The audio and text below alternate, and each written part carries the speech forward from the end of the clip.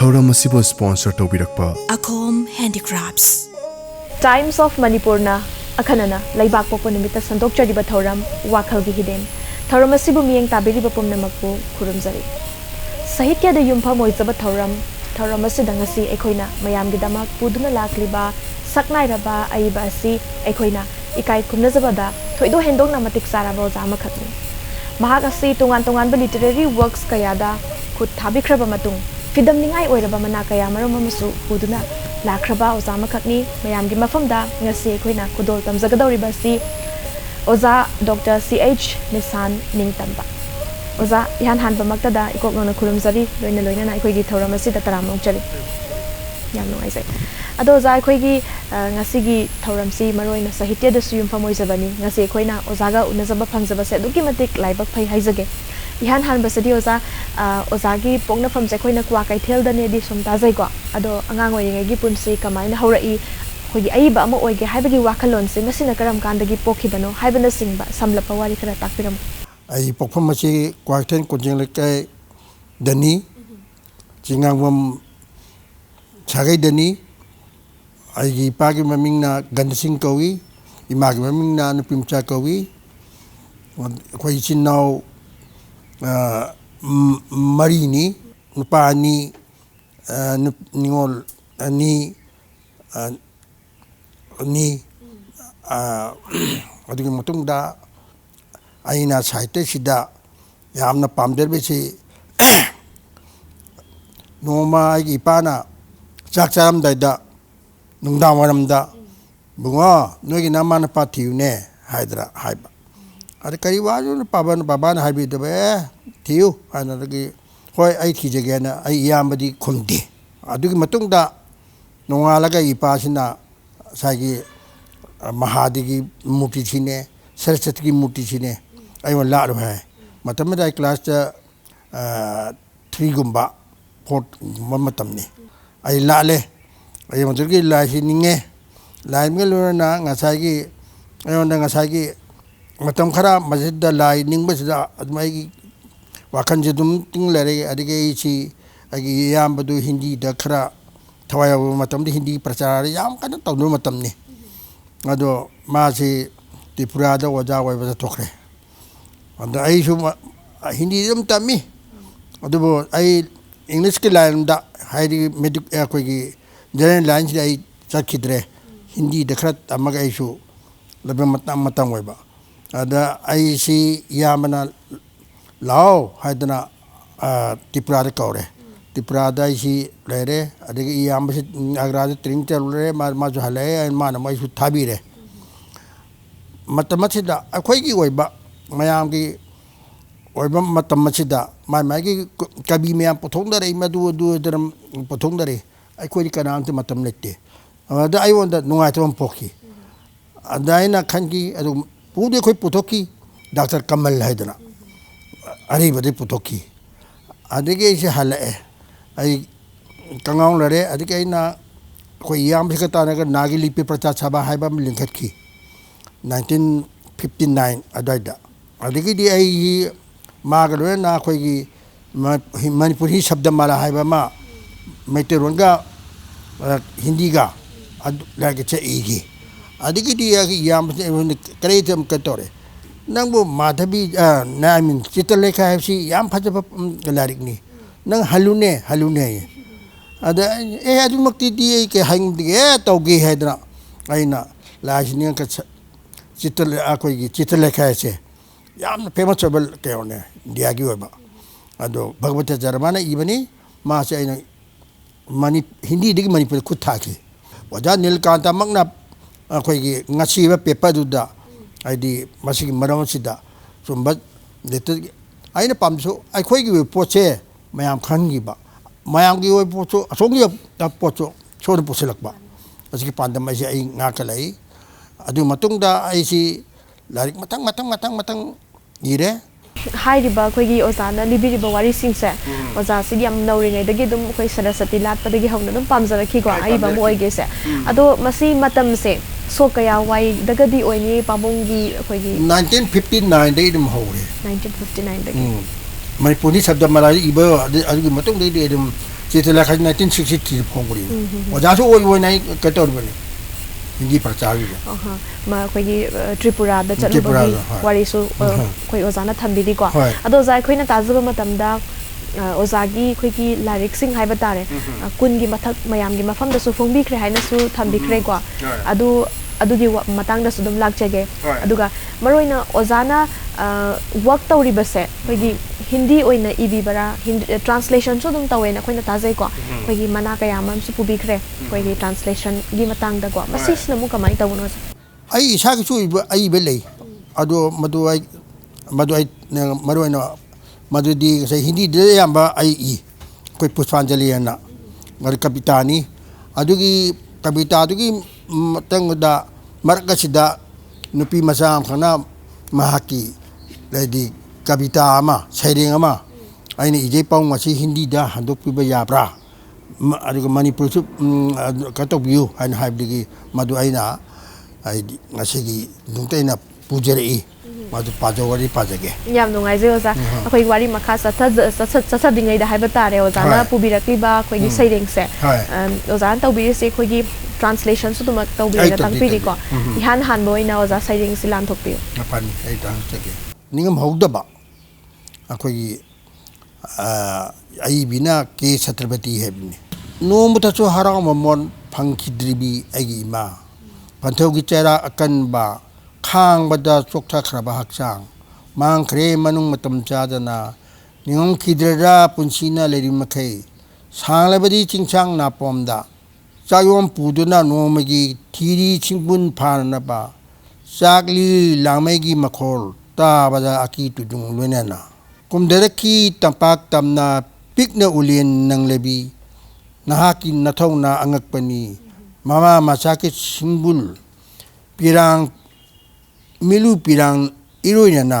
कोतकता अरुम्बा symbol सांगलबा पायाई लांदुना हिंगनबगे लांथेंगनरिबा मामा मचा चरा अनि सुना चावा फंगिद्रबी मबुक हापलबा अंगांग नवा करमने हिंगनी मलेम चिदा नमुन तोरेन मतकता साबा उरोक्थो मसिगी आइना हिंदी दामुक आइना हंदोकचे मरुसु आई मयाम दा आई लांथोकचगे हिंदी दना पस्तावा कवे अदुगा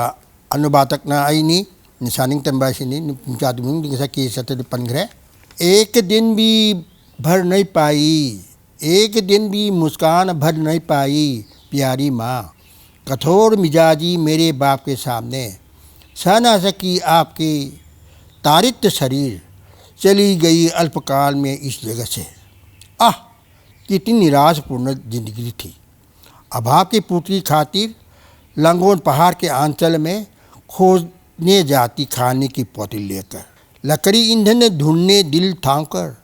दवानल की धू धू जलने की आवाज़ भयातुर रोमांचित व्याकुलता से उतर रही थी संभल कर मैदान की ओर धैर्य है माँ तुम्हारी बहादुरी माँ बीती के सर पर ईंधन की गठरी आँखों में आंसू की बूंद की सलक लम्फेन पाट के बीचों बीच स्फूर्ति से चली आई घर की ओर जीनी की चुनौती महासंग्राम से जूझकर नहीं हुआ नसीब में 2 वक्त खाना खाली पेट तड़पते नन्हे बच्चे नहीं रह सकेंगे इस धरती में याम नुंगाइजे ओजा ओजागी सैरेंग सी कोई लाइरिक हाइज बतारे लाइरिक सी कुनगी मथक फोंबिख्रे अखोगी ओजाना पनबे याबा खरा पनबिरा मुंगा सिगी शो सिगी तंजा से लौज हौरा सामना हरदा हा बदा चित्रलेखा लेखा चित्रलेखा की गोदान गबन सेवा सदन श्रेष्ठ कहानियाँ समाज हिंदी रोमदगी मपालोमदगी मणिपुर पुछले मणिपुरीसु अइना अखोगी माधवी खंबथोइबी लमनजु इरे मदु आई फोंग दे हुजिबोबा आई ट्रांसलेट तौरे आई यागरी आई फोंग दो केन तौरे मोय मचाना यानिंग दे अखोगी कुहुक दुकुनो परेंग मचिंगबा लगी जेहरा समाज लाइक ता कुनगी मथक्ता अनिमकी अइना हदोक जाय ओजागी ख्वाइदगी पुंसिगी इहान हाना फोंखिबा लाइरिक्सना करम ओइदोइनो जा शोकसु थंबिउ निंगसिंबिरिब्रा इहान हाने फोके जे अखोगी मणिपुरी शब्द माला हाइबसिनी अखोगी पोच खंग हिनबा मोज पोच खंगनबा लोलनी कमाइबसन ngangthong chin ngamnaba aina phongibani adigidi chitralekha phonge yam nuai oza ado oza na phongbi khiba khigi lyric sing di kun gi mathak lai jakhre adubu oza gi work sing se asi translation su tawbani aduga loina na ishai mayek iba sairing iba aduga dongan ba khigi lyric sing hai batal mayam da kana ga da samas da kana ga da dum la ba mayek mayam su ibili ko maroina oza nga si phawada oza na work to khiba sing se ishai mayek na di kaya mok su khre panba ya ba khra dum panbi machi panba ya ga ta haina nungai run da tawwa ne akhoi gi ju kumare dana ma le akhoi gi bungodo maduno no mayonda aigi magi radio ne kese ne pulai oja machi hande ya de man hindi digi manipuri gadal si aina sakaduribni tawda maya mate ti har chone oja ta nga moye na kara min haire mi amane man palarwa ba o pa hanta re so dak halli madu Pankasuda Gulamali Jagadish na chingba nasini masigi koi namba ayak bagachen gi koi oja promoni gi sidida baro matung pung amam da halle ise simana mamang yam saki moi pasaya matan gi hena ta drama maye kadi oza drama koi gi ai drama ninga sagi nada jaket barmala haido isari ibdi lei aduga ai kamthabi se ngasi bokto kana amtana ka to de akhoi gi oiba potche mapan da sakrabani kamthabi se mado hin idea igu on ke wane aini ijabana ba aduna kamthabi se ma yengba di ibai di ngasagi loina loknang maktani ayonda wakhan de mayong di laga an kamthabi se ma ain mapan da thaduk sakrabani masi am aphabani oza ko khoi gi Manipur gi asigublaba wari sing se khoi gi puari gi wari sing se pa lam daga khoi khangi ba se su masi su yamna maru oiraba tangai fadabani yam dungai ada oza se tongan ba mana ko Manipuri Sahitya Academy gi award adagidi National Award for Translation haibana sing ba tongan ba award mayam amadi phangbi kre ado oza Manipur dagi ozana as a Manipuri ama oina Hindi mayek sada makut tharaga ko masi award khoi gi fidam ningai oiba award ka lawar ko se masi oza kari thambi khoi gi di amna sangthok to ningai oi ko za ai khoi gi Lucknow digi ai chhor sammana dum ju phanghi ai khoi gi Saraswati gi symbol ju mai pi adi maruina Delhi digi ai phanghi ke hana diwagi sedra masi moi gi hi yang kai subagi siba jubida ewar si moina lantoki yam phange Lucknow phange Delhi de phange degi Meghalaya de phange degi Samastipur Bihar de phange matak yam ai phange yam noi se ado za hoje sudum oza sudum adum sahidi yame ko za dubu yum da dum iba khot pase adum pangthok piri bra oza kamai taw ai yum so iri hoji yum da ibai ketok na ai ibai si tang ketok dia na asom da teram da yang amalai maru pa ma koi tamada jaidra magi reading room de chala ga khara hoji ibi ma set di chuma so ai gi help taw dana like iri ar mai kavita choina ibi ge handok pi ge na aina handui mamangai da ozana ko khoi gi 1950s taga oza hoina thabirami ba ko duga writer na ga lawrami ba role sing aduga mayek sing siga hauji ki generation da ai bai bising e ba haiba tare masida khetna bagi mami ga di ubi ba roza ahlaman mama ke ahlaman ka to ba akhoi gi bangali mai khai tare ko mase khoi gi bangali mai bak laram dragadi koi Manipur ngasi lepi bakharasi koina phangjeri bakharasi site da masi phangam da thubi ai hena phangam masu ai ko adu thabak adu line du matung na di si phangai mayam thik ngasagi bamon singna sanskrit gi kayama puchalai almata no khoi Manipur singasi site gi maramachida asoba contribution lama koi phangi ado oza di amna well experience le raba ko yam chahi kuina hai dare koi aiba mayam na so thudu hendona sa khangna birabani tungda haurakadoriba koi aiba aibi oigena ningzariba makoi singda ozana kari kari koi thambini tangai fadana aiba ama oige hairagadi kari kari gun sing sengadabano haibana singba kanaraba wafam khar thambiram aina pamadi akoigi masi aya mana akoigi mitai macha Manipuri macha si nisaromda lukre masi ai to honde si yabunati mama pa de lere masa de lere mama pa so work ko yapote masa na work teraga thabak si wagidabane aduna adu orgadi saitegi amaga koigi pitokhin torbiche maside sida ayana lupsam biba amu saguna ba masi mangai yam noise ado zagi ani shuba sairing amuk mayam ni mafam da lan toksi oza adugam title jo adum hani admakni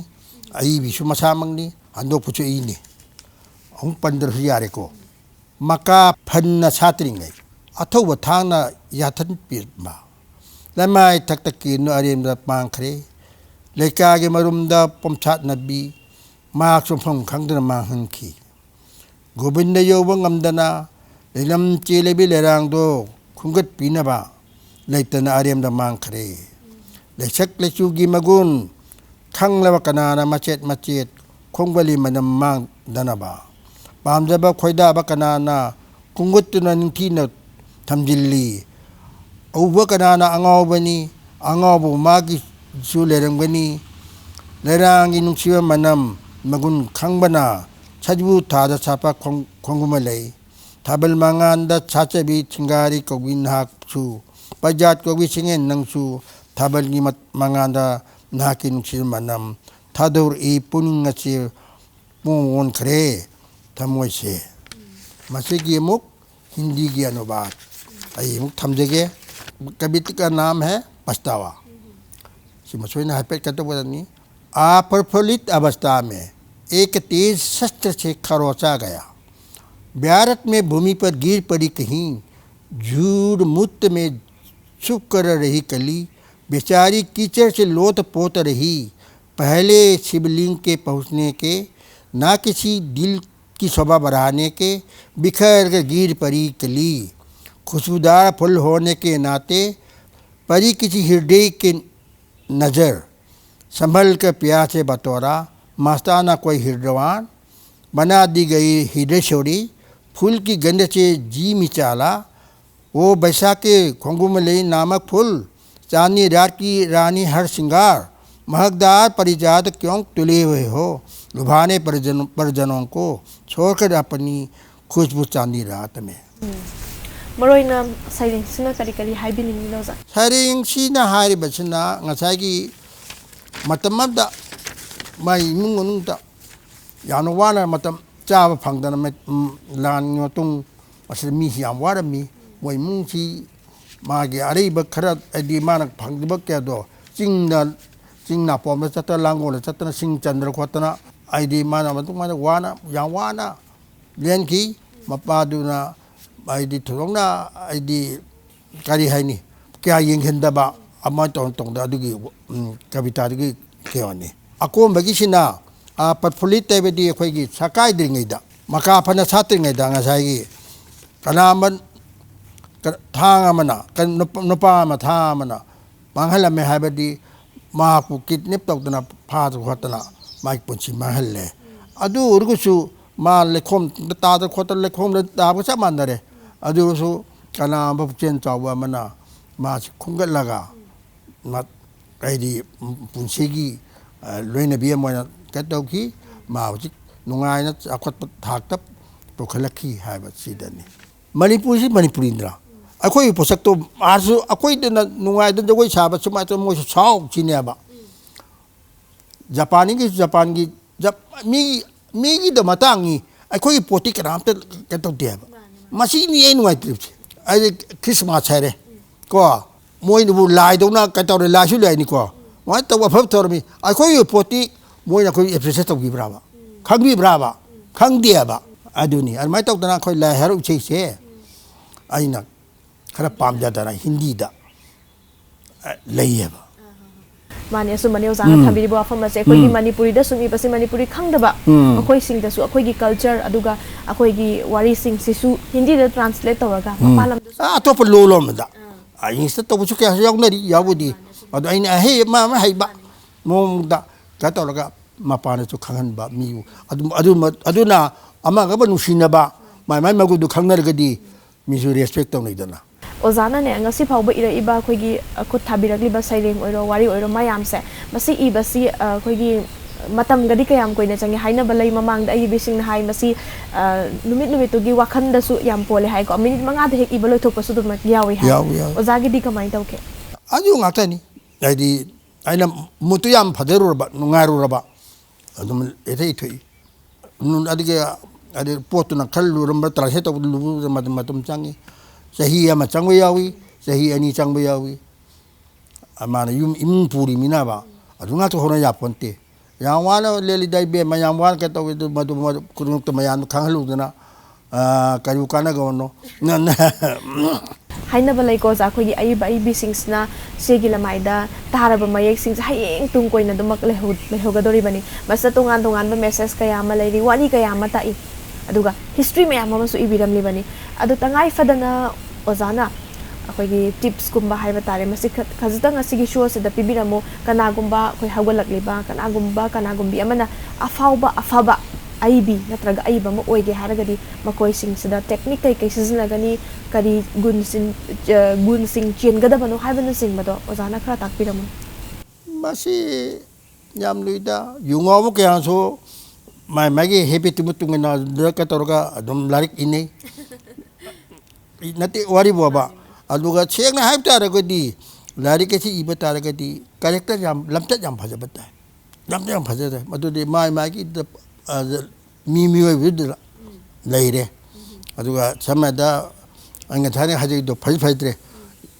क्या फावबा आदि युदु था कांदा निसारु चार कांदा मागी मद मुतु साजलगा इबे यावी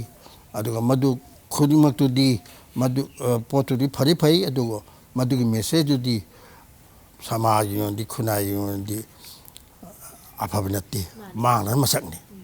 माना पामजबा मोंगदरी इनरी अदुबु तसेंगना अफबा थमोय सेंगबा आई बि ओइगे हारगदी ओजाना ताकपिरिबसी निसा चातबको अदुगा खोगी थमोय सेंगबा हाइबा तासी ओइगे बसी तंगाई फदेना ताकपिरि ओजा याम नुआइजे अदो ओजा हुजिकसे ओजा सोदुमक खोगी अदुम इरी हाइरी को इरी अदुम खोगी पुनसिनो हुजिक लाखा मानद के पीरियडना चारबा बोलम मामा फोंगानी अखोई याम फजरब जाने मदु ट्रांसलेट तो लोरे मथंग सही दगदी ngasi ta hai tham isel phongani याम नुआइजे ओजादा खोगी अंगांग ओइरिंगै दगी adegi ayung ke panjau ge akhoi ge pethrinbi ke ani chubulan jau madu nimai charana manipur hal ithoe madu hindi de halle tu aidi asumani ya pamde ha koi poto khangbudi khangba English हल खर English खर हिंदी कामूदू ललोन नबा खंगे है तारगदी मयाम खंग तारदी हनब है translation है हिंदी है नत्रदी पालेते अचुमनी ओजाना थंबीबो वफम अखोगी मणिपुर दा talent लेरबा हाय तारेको हाइथोई सिंथोरबा आई बिसे वाते हाइबस मदु प्रूफ तो हमता चनिंगली बसे याम नुआइजे ओजाना खोगी अंगांग ओइरिंगैदगी मंगजरकपा को मंगलान हाइबा तारे तोंगान बलारी कया फोंबिखरे अखोई फिदम निंगाई ओइरबा मना कया मसु पुबिरकली ओजाना तुम कोइना हाय तारे पुनसिनुक सांगना हिंबिखो अनायक याउदन दुगा ओजाना लेरिबा मतम सिदको खोगी मणिपुर गिसु मसी माय ओइजा होगदोरिबनी अदुना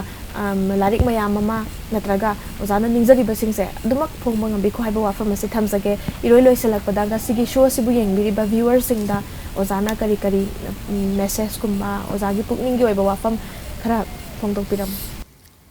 आगे वाफम मेबु आइना खतम जरिबसी येंगबिरगा पेम याबा पेमबिबा पेनबना पेनदु मदु कोइना हाइबा ngamdra masa दुगा आइगी दी ngasai सिगी मरम मोदना आखोइगी पोतो मपान चखिबसिदनी मसी